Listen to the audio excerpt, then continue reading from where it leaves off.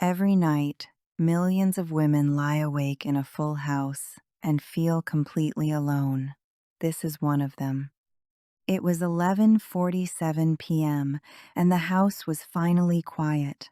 The lights were off except for the little night lamp by my bed. I could hear the fridge humming. I should have been asleep.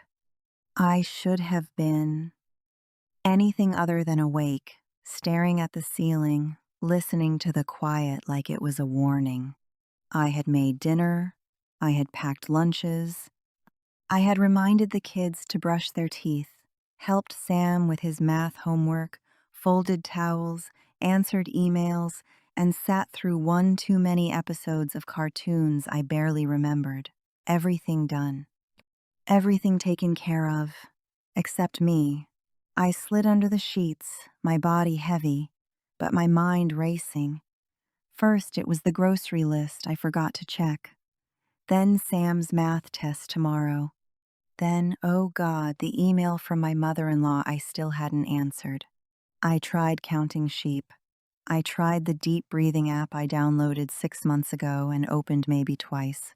I tried turning my pillow to the other side. Nothing. Every noise felt louder. Every thought sharper. And in the silence, I realized I hadn't slept like this in months. I lay there cataloging the day like evidence. The permission slip I still hadn't signed. The call to my sister I kept saying I'd make. The dinner I ate standing at the counter, crackers and the end of a block of cheese because I hadn't thought to make anything for myself. I had fed 4 other people and forgotten again that I was one of them. Not big things. None of them were big things. But they were stacking, one on top of the other, right there in the dark. And I couldn't look away from any of them because somewhere in me I believed that if I kept them in sight, I could fix them. Tomorrow, first thing, I'd do it all tomorrow. I had been saying that for months. I got up, washed a dish that was already clean just to feel my hands doing something.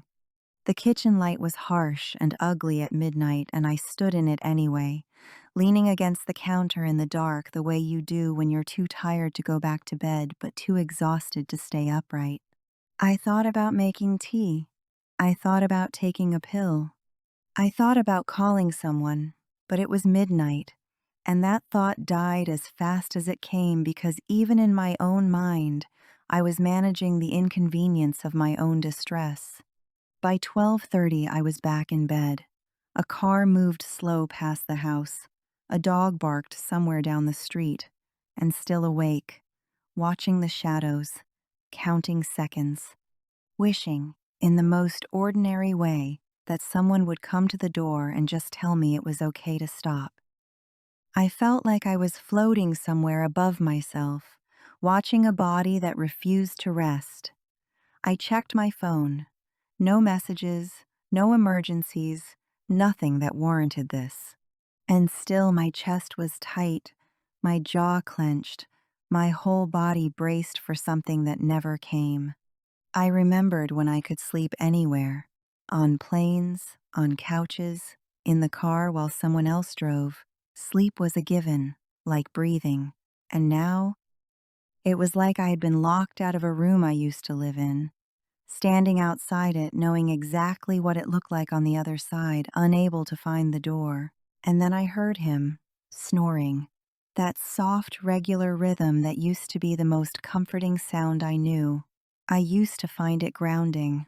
Tonight it landed like a drumbeat in a room I was locked out of. I rolled onto my back, stared at the ceiling, and I whispered, because I didn't even want him to hear. I can't do this anymore. No response, just the snore, just the quiet house, just me. And in that instant, I understood something I hadn't let myself name yet. I had been carrying it alone for so long that even his body here, in the same bed, felt like absence. I thought about the last time he had asked me how I was and waited long enough to hear the answer. I tried to remember. I went back weeks, further. I couldn't find it. Not because he was cruel, he wasn't cruel, but I had learned, quietly and over a long time, to move around my own needs, to fold them small so they fit somewhere no one had to step over. And I had done it so long, so automatically, that even I had stopped noticing I was doing it. Until tonight. Until the ceiling and the dark and the sound of him sleeping like nothing in the world was wrong. Because for him, nothing was. And that was the truest, loneliest part of all of it. I thought about what I would have needed if I could have named it then. Not a solution. Not someone to take the list from my hands. Not a weekend away, or a clean house, or any of the things people suggest when they sense you're drowning but don't want to get wet. I would have needed him to wake up not because something was wrong, but because he felt me lying there awake. I would have needed him to put a hand on my back without asking what was wrong first. Just the weight of his hand. Just, I know you're still here. I know you're still carrying it. I see you. That's all. That's small. I didn't need to be saved. I needed to be noticed. Just once, without having to ask for it. I sat up on the edge of the bed and whispered it to the room, just to hear it said out loud, even if only I was listening. I'm tired. I'm so tired. No one answered. No one came. And still I said it once more, softer. I'm tired.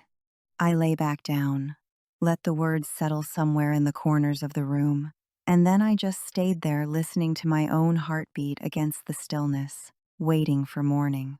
If you know this, really know this, the long nights and the invisible weight and the quiet breaking inside you. If you've whispered something true to your pillow and listened to a house full of sleeping people and felt completely alone in it, I see you, I witness you, and I am you. This is the weight she carries, and tonight, it's mine.